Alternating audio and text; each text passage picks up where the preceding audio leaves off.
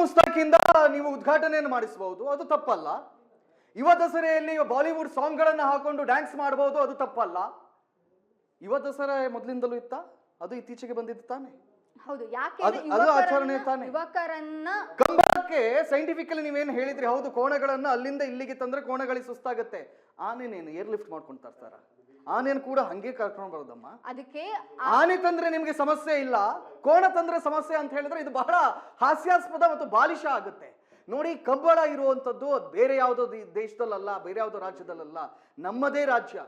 ಈ ವಾದಗಳನ್ನ, ಕಂಬಳವನ್ನ ಅತಿಯಾಗಿ ವಿರೋಧ ಮಾಡಿದಾಗ ಮತ್ತೊಂದು ವಾದ ಹುಟ್ಟುಕೊಳ್ಳುವ ಸಾಧ್ಯತೆ ಎಲ್ಲಿರುತ್ತೆ, ಏನು ಅಂತ ಕೇಳಿದ್ರೆ ಪ್ರತ್ಯೇಕವಾಗಿರ್ತಕ್ಕಂಥ ಕರಾವಳಿ ನಮ್ದಾಗಬೇಕು, ಪ್ರತ್ಯೇಕ ರಾಜ್ಯ ಆಗಬೇಕು, ಅದಕ್ಕೆ ಮನ್ನಣೆ ಕೊಟ್ಟಂತಾಗುತ್ತೆ. ಇವತ್ತೇನು ಅಶೋಕ್ ರೈ ಮಾಡೋಕೆ ಹೊರಟಿದ್ದಾರೆ ಅದ್ರಲ್ಲಿ ತಪ್ಪೇನಿದೆ ಅಂತ ಹೇಳಿ.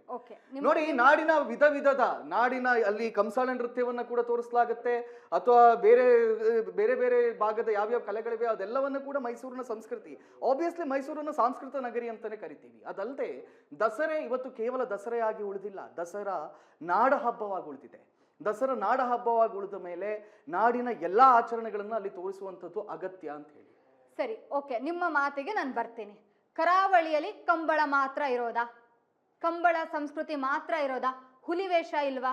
ಅದನ್ನ ಯಾಕೆ ತರ್ತಾ ಇಲ್ಲ? ಹುಲಿವೇಷ ಯಾರು ತರ್ತಾ ಇಲ್ಲ ಅಂತ ಹುಲಿವೇಷ ಓಕೆ, ಎಲ್ಲಿ? ಯುವ ದಸರೆ ಬಂದ ಮೇಲೆ, ಯುವ ದಸರೆ ಬಂದ ಮೇಲೆ ಹುಲಿ ಇದಿದೆ. 2023 ಕಾಂತಾರ ಸಿನಿಮಾ ರಿಲೀಸ್ ಆಗುತ್ತೆ. ಕಾಂತಾರ ಸಿನಿಮಾ ರಿಲೀಸ್ ಆದ ಮೇಲೆ ದೈವಗಳನ್ನ ಯಾವ್ಯಾವ ರೀತಿಯಲ್ಲಿ ಏನೇನೆಲ್ಲ ಮಾಡಿದ್ರು ಅಂತ ನೀವು ನೋಡಿದ್ದೀರಾ ಕಾರ್ತಿಕ್?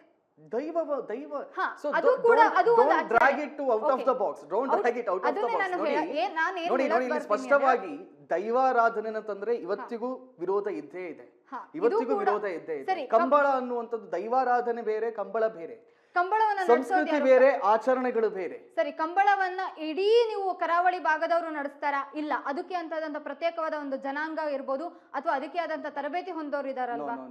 Wrong information. ಕರಾವಳಿಯಲ್ಲಿ ಇಡೀ ಕುಂದಾಪುರದಿಂದ ಹಿಡಿದು ಪುತ್ತೂರಿನವರೆಗೆ ಎಲ್ಲಾ ಭಾಗಗಳಲ್ಲಿ ಕೂಡ ಕಂಬಳವನ್ನು ನಡೆಸ್ತಾರೆ. ಅದರದ್ದೇ ಆದ ಜನಾಂಗ ಅಂತ ಕಂಬಳಕ್ಕಿಲ್ಲ. ನೋಡಿ, ಇದೇ ಕಾರಣ ಅಂತ ಹೇಳೋದು. ಕಂಬಳ ಅದರ ಯಾವುದೋ ಒಂದು ಪಂಗಡಕ್ಕೋ ಯಾವುದೋ ಒಂದು ಜನಾಂಗಕ್ಕೋ ಸೇರಿದಂತಹ ಆಚರಣೆ ಅಲ್ಲ. ಕಂಬಳ ಏನು ಅಂತ ಕೇಳಿದ್ರೆ, ಈ ಬಿತ್ತನೆಯನ್ನೆಲ್ಲ ಮಾಡಲಾಗುತ್ತೆ. ಬಿತ್ತನೆಯನ್ನ ಮಾಡಿ ಎಲ್ಲ ಇಳೆ ಎಲ್ಲದೂ ಆದ ನಂತರ, ವ್ಯವಸಾಯ ಆದ ನಂತರ ಈ ಮಳೆಗಾಲದಲ್ಲಿ ಕೆಸರು ತುಂಬಿಕೊಂಡಿರುತ್ತೆ ಗದ್ದೆಯಲ್ಲಿ. ಆ ಸಂದರ್ಭದಲ್ಲಿ ಆ ಕೋಣಗಳನ್ನು ಇಟ್ಕೊಂಡು ಏನು ಗದ್ದೆಯನ್ನು ಉಳಿಸಿದ್ರೋ ಆ ಕೋಣಗಳನ್ನು ಇಟ್ಕೊಂಡು ಮಾಡುವಂತಹ ಒಂದು ಪ್ರಕ್ರಿಯೆ ಅಷ್ಟೇ ಕಂಬಳ. ಅದನ್ನ ಎಲ್ಲಾ ಭಾಗಗಳಲ್ಲಿ ಕೂಡ ಮಾಡ್ತಾರೆ. ಅದಕ್ಕೆ ಯಾವುದೇ ಜನಾಂಗ ಇಲ್ಲ, ಯಾವುದೇ ವಾದ ಇಲ್ಲ.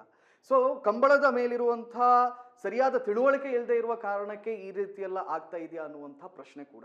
ಇವತ್ತು ಸಂಕ್ರಾಂತಿ ಹಬ್ಬ ಬಂದ್ರೆ, ಜನವರಿಯ ಮಕರ ಸಂಕ್ರಾಂತಿ ಹಬ್ಬ ಬಂದ್ರೆ, ನೀವು ಮಂಡ್ಯ ಮತ್ತು ಮದ್ದೂರು ಭಾಗಗಳಲ್ಲಿ ಹೋದಾಗ ಅಥವಾ ಮೈಸೂರು ಭಾಗಗಳಲ್ಲಿ ಹೋದಾಗ ಇದೇ ರೀತಿಯಲ್ಲಿ ಎತ್ತಿಗೆ ಸಿಂಗಾರವನ್ನ ಮಾಡಿಕೊಂಡು ರಸ್ತೆಗಳಲ್ಲಿ ರಸ್ತೆ ಉದ್ದಕ್ಕೂ ಕೂಡ ಬೇರೆ ಬೇರೆಗಳಲ್ಲಿ ಕಿಚ್ಚು ಹಾಯಿಸ್ಕೊಂಡು ಆ ಕೋಣಗಳನ್ನು ಹಾರಿಸ್ಕೊಂಡು ಹೋಗ್ತಾರೆ. ಯಾಕಂದ್ರೆ ಅದು ಅವರ ಒಂದು ಸಂಸ್ಕೃತಿಯ ಭಾಗ ಆ ಸುಗ್ಗಿಯ ಸಂದರ್ಭದಲ್ಲಿ.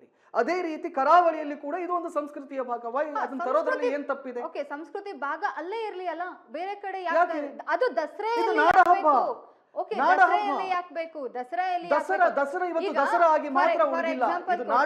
ಫಾರ್ ಎಕ್ಸಾಂಪಲ್ ಕೊಡ್ತೀನಿ. ಮೈಸೂರಲ್ಲಿ ನಿಮಗೆ ಲೈಟಿಂಗ್ಸ್ ಹಾಕ್ತಾರೆ. ನೀವು ಲೈಟಿಂಗ್ಸ್ ನೋಡೋದಕ್ಕೆ ಚರ್ಚ್ ಶೀಟ್ ಹೋದ್ರು ಸಾಕು, ಅಥವಾ ಇನ್ನೆಲ್ಲೋ ಸಾಕು. ಎಲ್ಲಿಂದನೂ ಮೈಸೂರಿಗೆ ಯಾಕೆ ಬರ್ತಾರೆ? ಲೈಟಿಂಗ್ಸ್ ನೋಡೋದಕ್ಕಲ್ವಾ? ಎಷ್ಟು ಟ್ರಾಫಿಕ್ ಸಮಸ್ಯೆ ಆಗುತ್ತೆ.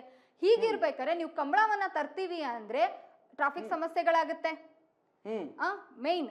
ಹಾಗೆ ಜನ ಎಕ್ಸೈಟ್ಮೆಂಟ್ಗೆ ಅಲ್ಲಿ ಓಡಾಡೋದಿರ್ಬೋದು, ಅಥವಾ ಅದು ರನ್ನಿಂಗ್ ರೇಸ್ ನಡೆಯೋ ಟೈಮ್ ಅಲ್ಲಿ ಹಾರೋ ಅಂತದಿರ್ಬೋದು, ಅಥವಾ ಇನ್ನೇನೋ ಮಾಡೋದಿರ್ಬೋದು. ಈ ತರ ಸಮಸ್ಯೆಗಳಿಗೆ ಯಾರು ತಲೆ ಕೊಡ್ತೀರಾ? ಆಗ ನಾವ್ ಇಲ್ಲೇ ಕುತ್ಕೊಂಡು ನಾವೇ ಸುದ್ದಿ ಮಾಡ್ತೀವಿ. ಜಂಬೂ ಸವಾರಿ ತಂದ್ರೆ ಜನಗಳು ಬರಲ್ವಾ?